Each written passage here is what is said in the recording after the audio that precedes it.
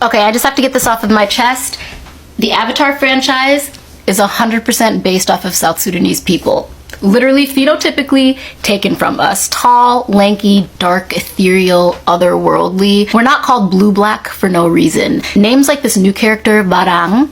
Meanwhile, our homies on the block are called Garang, Gatluak. You've got the Acholi, like Suli. It's not just the Aduts and the Anoks, because when you hear the language of the Na'avi, at least as a South Sudanese person, you're like, Aiwa, manangachuak, which sounds mad familiar, right? Yeah. And we've been covering ourselves in ash for centuries. It's a tradition shaped by our climate and cattle herding cultural practices. All of our style clothing and drip down to the jewelry brought. This man is who they archetyped for sure. Because wouldn't it be weird to see a movie with a bunch of blonde-haired, blue-eyed, tall people with axes and hammers living on boats as a way of life and not give a nod to like Viking culture?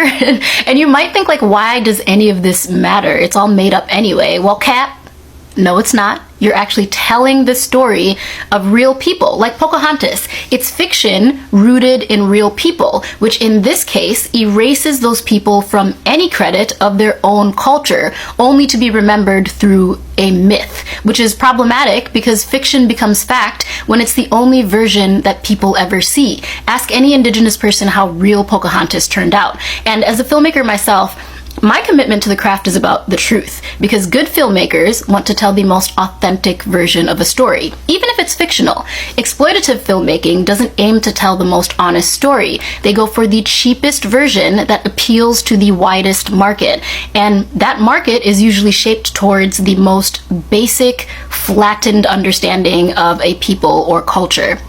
So should filmmakers be allowed to make whatever they want? Could Zoe Saldana play Nina Simone? Sure. Would it be the most honest rendition of that story? Probably not. And why does this matter in context to Avatar? Because it takes the cultural and underdog humanness of a place like South Sudan, the youngest country in the world, which quite literally defied every odd to gain its sovereignty, and attributes all that world building to Hollywood. And I promise you that Hollywood is not building the future. It just continues to cosplay and recycle these types of stories, strips them for aesthetics, repackages them with CGI, AI, and then calls it innovation. But this is why I love AI, because it is democratizing means of production. So I don't have to wait for my story to be greenlit. So if you truly love Avatar and you want to support the real life people and culture that inspire that type of storytelling, I would love and appreciate your follow and share. Okay, bye. Hello, amazing family. Welcome to Njeri's Perspective. Here we challenge assumptions, question popular narratives, and explore stories beyond the headlines. If you're new here, thank you so much for being here, and you're very much welcome. And kindly remember to subscribe. If you are a returning subscriber, thank you so much for coming back. And now, in today's video, I pose a question. Did the white folks steal culture from the blacks? Let's get to know in the video. I'm exposing the luxury brands who have stolen from African tribes and given them no credit at all. The Louis Vuitton monogram was made in 1896, but parts of it was actually stolen from a Kwili tribal mask. The Louis Vuitton damier bean was stolen from the Cuba chief's formal attire from the Cuba Kingdom in Congo, Africa. The Versace Greca print was also stolen from the Cuba tribe and the Fumban tribe in Cameroon. The Louis Vuitton men's collection in 2012 was inspired by the Masai Shuka, a traditional African blanket cast in colourful shades of red and blue. The design stolen from the Maasai tribe of Kenya and Tanzania. Louis Vuitton also created in 2014 the tribal mask chain wallet. Is it just inspiration or is it cultural appropriation, and should these tribes be compensated with the profits that these brands are getting? Top 5 music genres that were stolen from black culture. Number 5 is country music. Yes, the music genre we most associate with being white nowadays was originated by black people. Of course, the industry has been completely dominated by white artists, but there was a time pre the 1920s it was dominated by African Americans. Number 4 is jazz. Okay, jazz started in New Orleans. It started as sort of a anti-racist movement among black people in that time. Of course, there have been amazing white jazz artists of our time, and it's important to just acknowledge where these things come from and continue to make great music music, all people. Number 3 is rock and roll. This is an obvious one. We hear Elvis Presley constantly, referenced for stealing black music. This is a touchy subject because Elvis did bring a lot of black music to our consciousness, and a lot of these songs would have been lost if it weren't for him. But unfortunately, he did also steal the way these songs were sung. He didn't really put his own original spin on it, and I think that that's the big problem. Number 2 is EDM. Now, yes, electronic dance music used to be disco, and this especially started in the nightclubs in the queer scene, and the dance balls, the drag balls, all used electronic dance music. Of course, today it's bastardized into an image of like a white dude with headphones just bopping his head on a disco pad. If you like this list and want more about other nonsense, follow me. Leave me a comment with your thoughts on this subject. I think everybody should be allowed to make music, but we always need to acknowledge where it came from. Finally, also follow my fiancée Samantha. Finally, at number 1, and fortunately, I think most of us will accredit it to African Americans, is rap. Australia, right? She's a white Australian. This is my real voice. What do you mean? It's just how I talk. Authenticity. He said, "Would you like a poppadom?" You wouldn't accept that, would you? Did you know that most of what we consider Latina culture was actually stolen or co-opted from Black and African practices, cuisine, and traditions? Here are 5 staples of Latin American culture that further prove Black culture really is the blueprint. Number 1, horchata.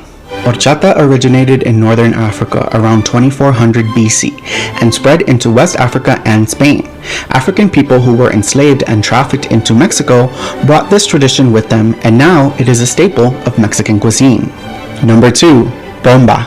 Bomba, a traditional Puerto Rican style of music and dance, was brought to Puerto Rico by enslaved West Africans, primarily the Congolese.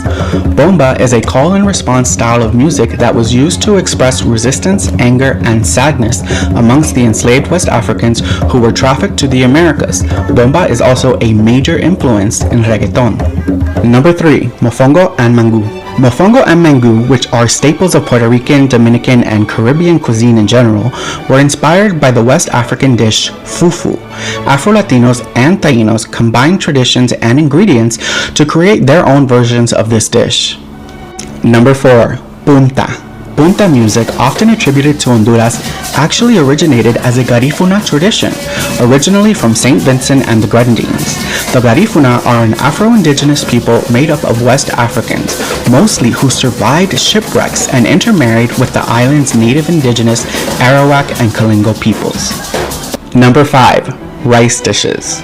West Africans play a pivotal role in popularizing rice in Latin America. Dishes like arroz con pollo and arroz rojo, which use a heavy tomato base, are derivative of jollof rice, with origins in countries like Senegal, Nigeria, and Ghana.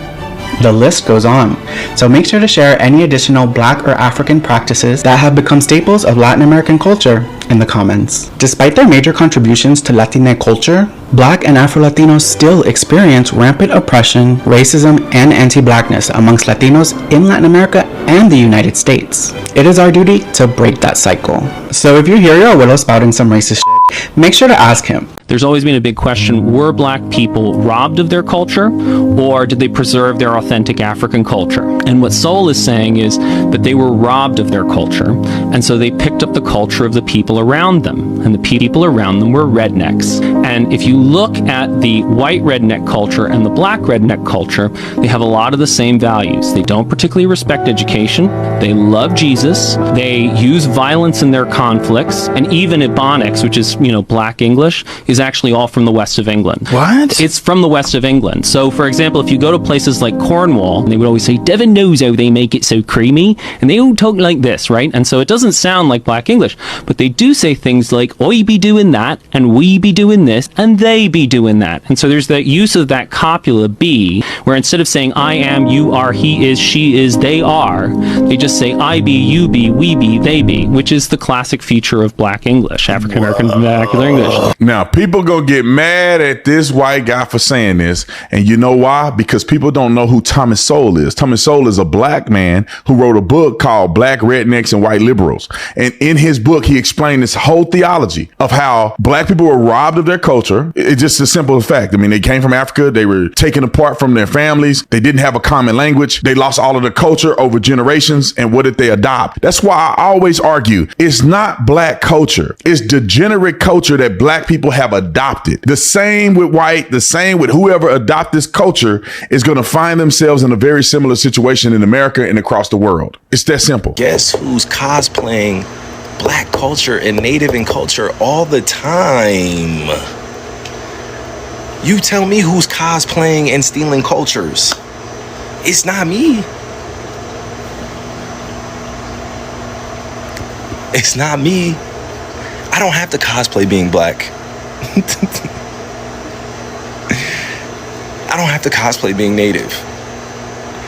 I don't have to cosplay my culture. I don't have to pretend that to say things like I don't have to do that. Unk. Unk does not mean uncle, guys. Unk does not mean uncle. Does anyone know unk does not mean uncle? What does it mean, Wyatt? It means uncool, but like... I just found out what unk means. It means uncool. Did anyone else know that unk means uncool? I just found out that unk means uncool. And respectfully, shut the fuck up.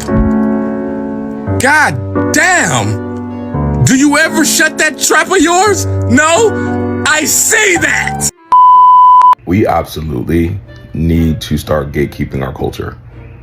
It's gotten to a point where white people feel so entitled and comfortable taking black culture, especially AAVE, and whitewashing it to the point where they think they own the terminology and the uses of something to redefine what it means. Unk means one thing, and I'm not going to explain what it means to y'all because y'all don't need any further explanation to try to steal and regurgitate it back to us. But I know one thing unk doesn't fucking mean, and unk does not mean uncool. You know what's uncool? That you guys can't come up with your own slang. Back in the day when I was growing up, you guys had some cool ass shit you would say. You're on thin ice, pal. Oops, I'm just gonna scooch right past you. Get a load of this guy. Newsflash, pal.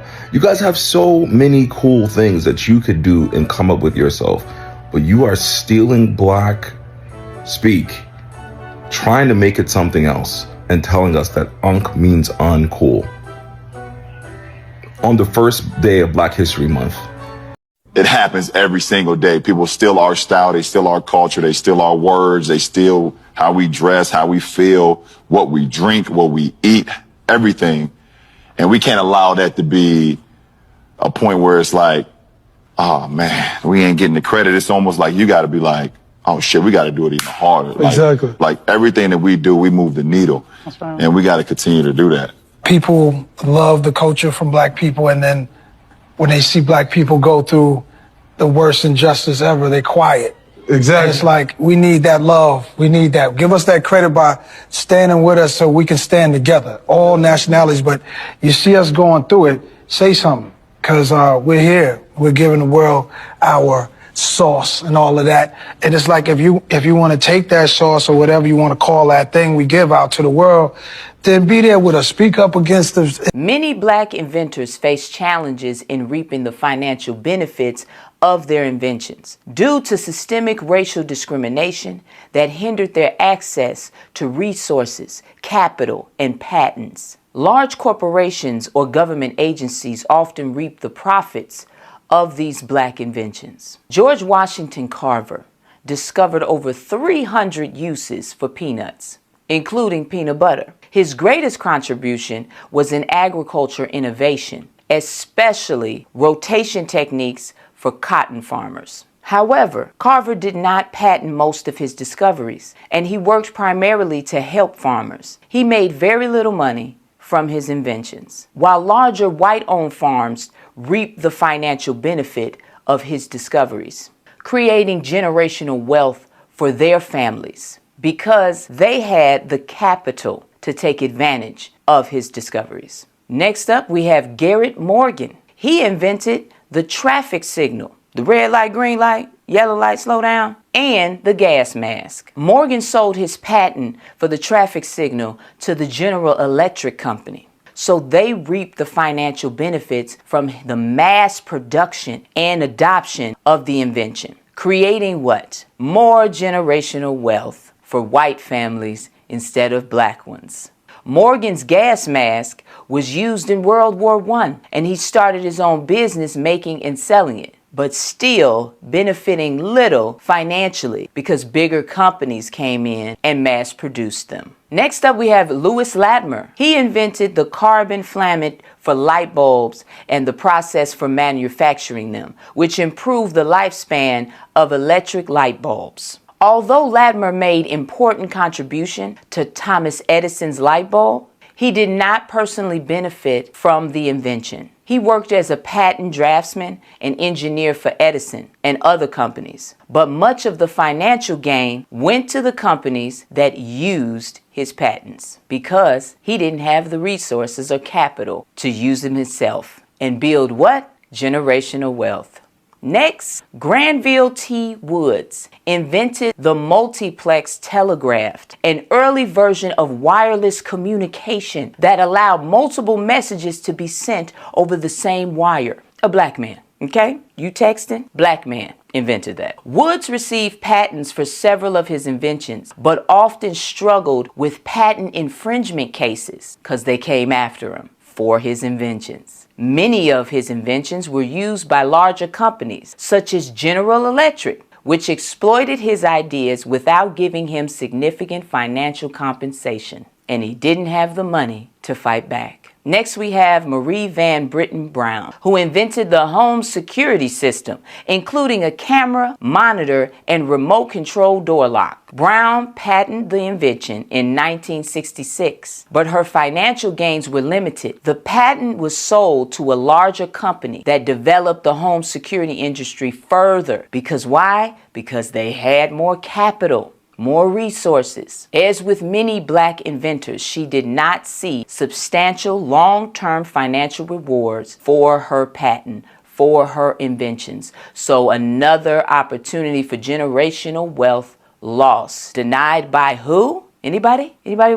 Anybody got a guess? Right. Next, we have Dr. Patricia Bath, who invented the laser phaco probe, an innovative technology that revolutionized eye surgery. While her invention significantly improved cataract treatment, she did not personally profit as much as she should have. The technology was widely adopted in the medical field, but much of the financial reward went to the medical institutions and companies that had the money and resources to implement the technology worldwide. I hope y'all picking up what I'm putting down. Next, we have Otis Boykin. He invented the improved resistor used in electronic devices such as computers, guided missiles, and pacemakers. Boykin did patent his innovations, but he did not receive large-scale financial rewards. His work was incorporated into products by larger companies, which profited from the widespread use of his inventions, particularly in the electronics and defense sectors. Another lost opportunity for generational wealth for black families. Next up, we have John P. Parker,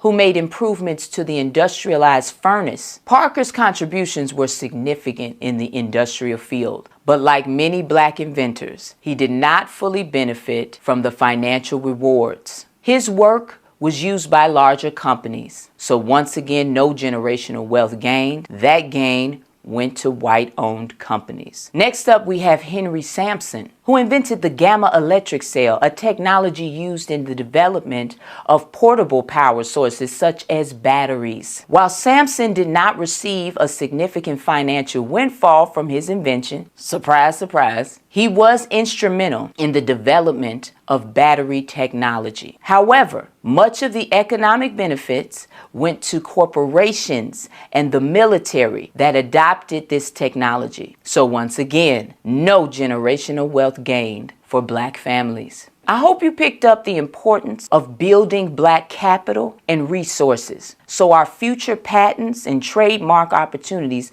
for generational wealth cannot so easily be stolen from us. I hope you also picked up on the fact that this type of information is not taught in our schools because they don't want our Black children to know what they're capable of by learning about these real-life Black inventors, these amazing Black examples. They also don't want their children to know about our Black contributions because then they would know where their family money really came from. I love y'all, and I'll see y'all in the next one. Knowledge is power, power to the people. When we ask ourselves this question, it's basically because we are pointing through a pattern in history whereby Blacks invent something and they're criticized by the society for that.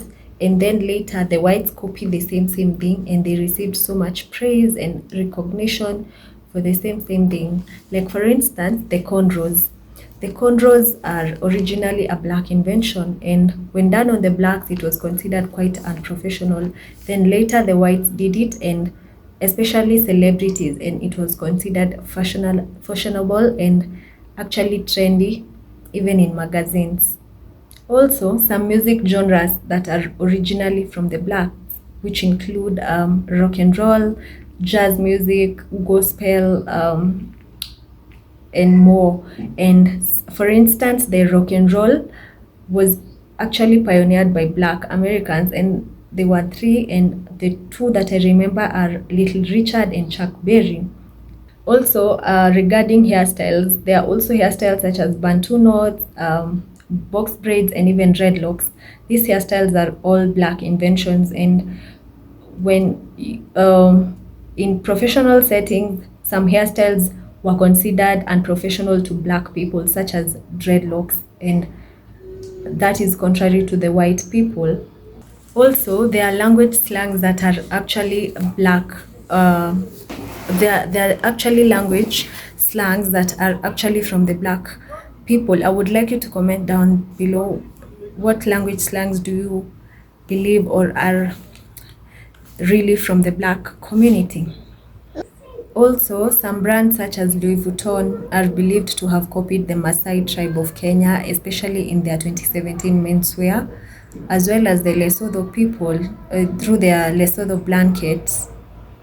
And I'll conclude by saying that historians believe that culture has always been shared and it cannot actually stay hidden forever and only remain to one community, while other people argue that borrowing actually isn't the problem. The problem is failing to recognize that those are the real inventors of the culture or of the trend. And I would like to know your thoughts in the comment section. Kindly remember to leave a thumbs up, a comment, and remember to subscribe for that person who has not subscribed. And let's get to meet in the next video. Bye bye.